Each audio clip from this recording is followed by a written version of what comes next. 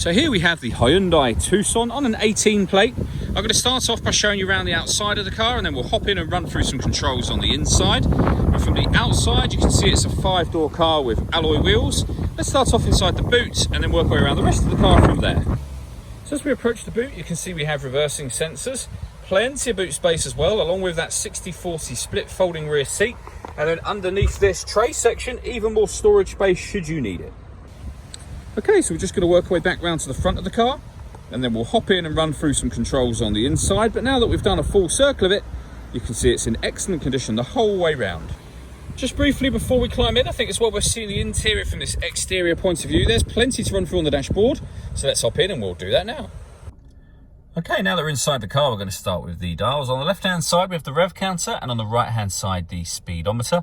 In the middle, you can see the total miles of the car, which are 22,174.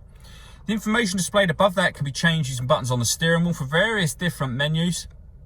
Back around to the beginning again, and then within those menus, you have various different bits of information, including, as you can see, a digital readout for the speedometer. We back out to the steering wheel. On the left-hand side, we have stereo controls and phone controls, including voice activation for the phone. And on the right-hand side, we have cruise control and speed limiter, and the buttons I was using just a moment ago for the menus. Over in the center, we've got the touch screen for the car. So this is where, amongst other things, you can pair up your phone. It's also where you'll find your music. So we have the radio just there.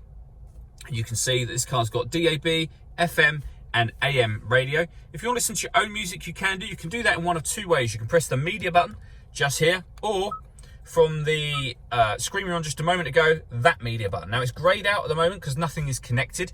You can connect up an auxiliary device, a USB device. You can stream your music wirelessly via Bluetooth audio as well.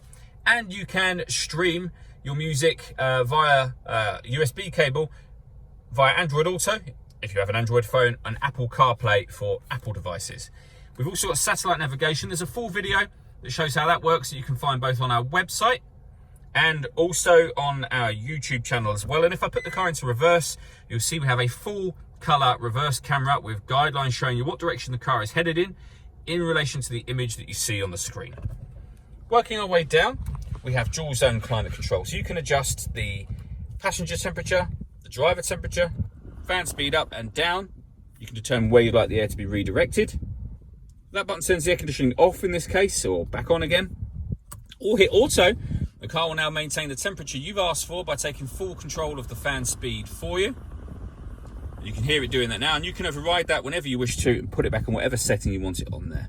We've also got heated driver and passenger seats, both with 3 different heat settings each. 2 12-volt charging sockets, as well as the auxiliary and USB inputs. A 6-speed manual gearbox. And then these buttons just here. This turns off the parking sensors. This turns off the stop and start for the car. So this car is designed to cut out when it's stationary in traffic, which will save you fuel. I'll just turn that system off. And then these two, I'll show you up on here. So the first of those turns on, and you can see a green light just come onto the right-hand side there. It turns on downhill brake control, and of course it turns it off again, or puts the steering mode in normal or sport. All that leaves me to say is thank you for taking the time to watch this video. If you'd like to come and see the car in person and have a test drive, please feel free to call any of our MJA sites. We'd love to hear from you soon.